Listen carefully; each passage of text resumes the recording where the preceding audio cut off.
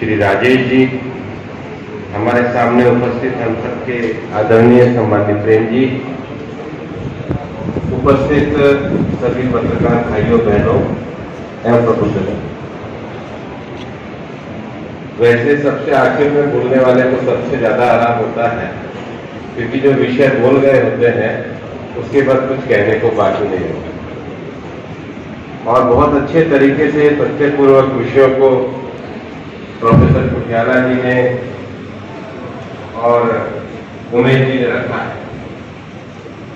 मैं अपनी बात को भी प्रोफेसर कुटियाला की बात से जोड़ते हुए करूंगा। वो कह रहे थे नारद जयंती के अवसर पर कि नारद जी के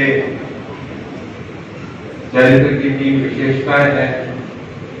पहली उनकी एक्सेसिबिलिटी टू ऑल, अप्रोचेबल सबको, और दूसरा जानकारी से परिपूर्ण। अपने छात्र जीवन में जब मैं अजमेर में पढ़ता था तो हम भी पार्ट टाइम पत्रकारिता करते थे, तो एक वाक्य लिखते थे। हमें पता नहीं है कि शहर का पत्ता हमसे पूछ कर इंतजार पर जब मिलता है तो खबर हमको मिलती है। तो पत्रकारों को जब एक्सेसिबिलिटी और जानकारी होती है तो खबर जरूर रहती है। लेकिन जो तीसरा विषय उन्होंने कहा, वो कह रहे थे कि समाज के हित में सत्य बोले लेकिन कड़वा ना बोले। और इसलिए जब हम नारद जी के बारे में जब सुनते हैं तो भगवद गीता में जो 10वां अध्याय है वो विभूति योग का आता है। और जब अर्जुन भगवान को ये पूछते हैं, जो 12वां 13वां श्लोक आता है, जब उसमें कहते हैं कि आपका जो ये प्रकटीकरण है इसको मैं भी मानता हूं, ऐसा देवर्षि व्यास और नारद ने भी कहा। उसके बाद 10वें अध्याय में जब आगे आता है तो 26वें श्लोक में भगवान कहते हैं, अश्वत्थ सर्ववृक्षाणां देवर्षियः, मैं वृक्षों में पीपल के समान हूं और मैं देवर्षियों में नारद हूं। लेकिन जो बात कुटियाला जी कह रहे थे वो 15वें अध्याय में कहते हैं, अनुद्वैतकरं वाक्यं सत्यं च प्रियहितम् स्वाध्याय अभ्यासेन वाङ्मय तपते। तो उसमें 15वें श्लोक में जब वो विषय आता है अनुद्वैतकरं वाक्य, ऐसा वाक्य नहीं बोलना चाहिए जो कष्टकारी। सत्यम च प्रियहितम्, सत्य ऐसा बोलना चाहिए जो प्रिय और हितकारी। स्वाध्याय अभ्यास है, लगातार अपने विषयों का जो अभ्यास करता रहे, वाङ्मय तपते, इसको वाणी का तप कहा है। और पत्रकार जो है ये वाणी के तप की साधना ही करते हैं, क्योंकि अब तो जो बैठे हैं हमारे अनिल मोदी वगैरह है, लिखते कम है बोलते जाते हैं और हमेशा बोलते हुए लिखते हैं। और इसलिए बोलते बोलते आजकल पत्रकारिता में एक नया शब्द प्रयोग चला गया है, क्योंकि जो लिखते हैं वो तो न्यूज है, जो बोलते हैं वो ब्रेकिंग न्यूज है। और इसलिए अभी जो हम नई पत्रकारिता में जो कई नई टर्मिनोलॉजी की बात जो हम कर रहे हैं, क्योंकि पत्रकारिता के साथ साथ 50 के 60 के 70 के दशक में जो पत्रकार लेखन तक थे और बड़े बड़े लोग, मतलब गांधी जी भी पत्रिका का संपादन करते थे, पत्रकार बाबा साहब भी पत्रकार समाचार पत्र निकालते थे, तिलक महाराज भी जैसा पत्र निकालते थे। तो राष्ट्रवाद के विचार को, भारतीयता के विचार को जिन लोगों ने भी प्रखर रूप से प्रकाशित करा, तो आपको देखने में आएगा कि उन्होंने बहुत अच्छे पत्रकारिता के विषयों को लगातार लिखे, एक सातत्य भाव से लिखे। गांधी जी का जो संपादकीय सब लोग पढ़ते, बाबा साहब का जो मूक बधिर समाज का जो संपादकीय सब लोग पढ़ते। उसके बाद एक ऐसा विषय है जब रेडियो का दौर आया, फिर टीवी का दौर आया, टीवी के बाद तो सोशल मीडिया का दौर आया। तो टीवी के दौर तक ब्रेकिंग न्यूज का विषय है। लेकिन अभी जो उमेश उपाध्याय जी कह रहे थे कि टेक्नोलॉजी के दौर में 3 बड़े शब्द प्रचलित हो गए। पहला जो जो पूरा सोशल मीडिया में है उसमें पहला शब्द करता है क्राउड सोर्सिंग है। तो जितना भी वैचारिक रूप में विषयों को बांधने का करने का विषय होता है वो क्राउड सोर्सिंग है। जब क्राउड सोर्सिंग में एक विषय आता है तो फिर कहता है कि क्राउड सोर्सिंग है तो उसका ट्रेंडिंग क्या है। जो भी विषय विचार में चलता है उसका ट्विटर पे या सब पे ट्रेंडिंग को लोग देखते हैं कि उसका ट्रेंडिंग कैसा है, और जब ट्रेंडिंग का विश्लेषण करते हैं तो फिर आता है वो ट्रोल कैसा होता है। तो ये पत्रकारिता के नए बिंदु और मानक खड़े हो गए हैं। अब जो हमारे अधिकारी जी गुड़गांव में 92-93 से जब लिखा करते थे जागरण में, तो वो विषय खत्म हो गया। लिखने से पहले तो स्ट्रेट और ट्रू हो जाता है। तो ये दुनिया बहुत तेजी से टेक्नोलॉजी में आगे बढ़ रही है। लेकिन इतना सब होने के बाद, इतनी जानकारी और सूचना होने के बाद विशिष्ट पत्रकार कौन है और विशिष्टता को कौन प्राप्त कर सकता है, वो एक बड़ी बात है। जो सबसे बड़ी बात है, हम भी मानते हैं पत्रकारिता जगत में सबसे बड़ा विषय है वो लेखन है। मैं आज भी मानता हूं कि लेखन में ताकत है, और लेखन में सबसे अच्छे भाव की और विषयों की प्रकटीकरण होता है। आज भी जितना भी दुनिया में इंटेलेक्चुअल आपके पास थिंकिंग है, उसका सबसे अच्छा प्रकटीकरण लेखन से ही आता है।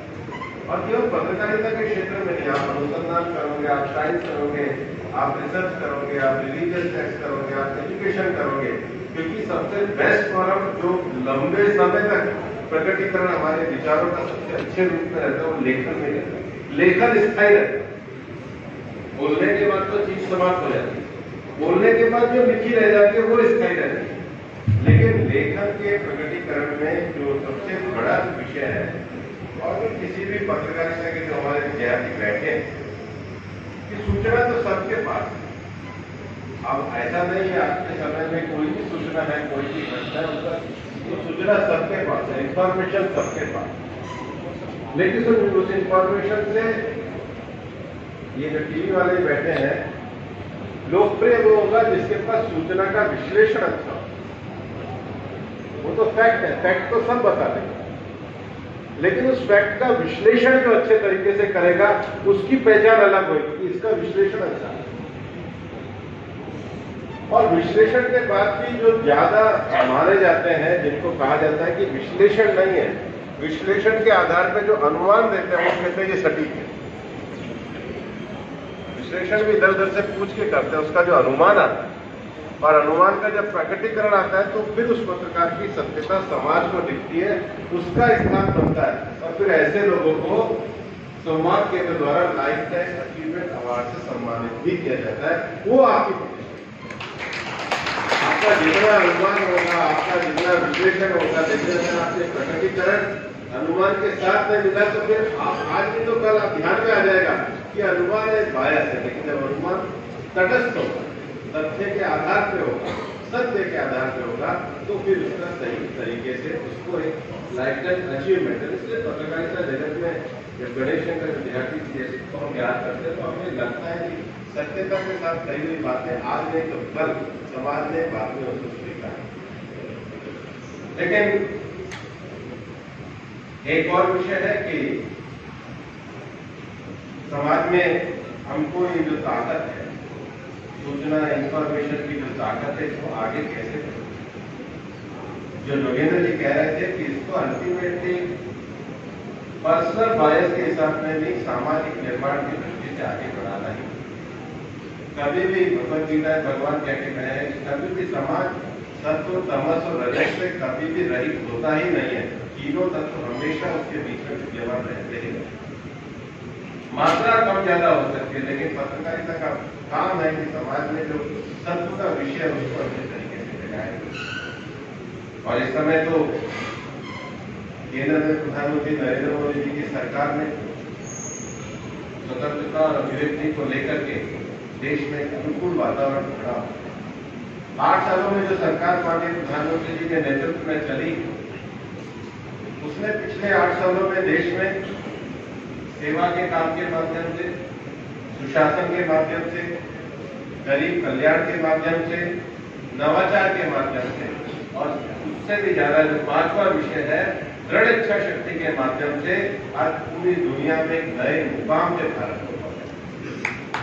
और मैं इसलिए कहना चाहता हूँ कि कई बार केवल राजनीतिक घटना ही समाचार नहीं, हमारे आसपास की सामाजिक स्थिति भी समाचार है, हमारी पर्यावरणीय विषय भी समाचार है, भारत की जो जीवन दृष्टि है उसके आधार पर शासन संचालन वो भी समाचार है। इसलिए जो जब सूचना का जो इंफॉर्मेशन है वो सबके पास है, लेकिन विश्लेषण वो कर पाते हैं जो उसके आधार पर नई समाज रचना को पहचान के उस और समाज की दिशा को ले जा सकते हैं। और मेरा ये मानना है कि विश्व संवाद केंद्र के माध्यम से जो एक 90 और के दशक में जो विश्व संवाद केंद्र की स्थापना की गई, वो वास्तव में इसीलिए करेंगे कि कई बार समाज में जो एक अच्छी सकारात्मक राष्ट्रवादी जो विचार है, वो राष्ट्रवादी विचार सही तरीके से सही परिप्रेक्ष्य में लोगों के सामने कैसे हो। राजीव जी ने जब इस विषय को शुरू किया तो उनका विषय करने की दृष्टि है, और मेरा ये मानना है कि विश्व संवाद केंद्र में मैं बहुत सारे उनकी पुस्तकों और विषयों का अध्ययन करता हूँ, और मेरा ये मानना है कि विश्व संवाद केंद्र के द्वारा कई विषयों को इतने अच्छे तरीके से उठाया गया जिसके बाद समाज की दिशा एक बहुत सकारात्मक तरीके से तय हुई। विश्व संवाद केंद्र अपनी जिस गतिविधियों को बढ़ा रहा है, ज्यादा प्रखर तरीके से तथ्य और सूचना का ज्यादा अच्छे तरीके से अनुवाद और विश्लेषण करते हुए समाज के सत्य के और उसका प्रकटीकरण करें, ऐसी मेरी शुभकामनाएं है।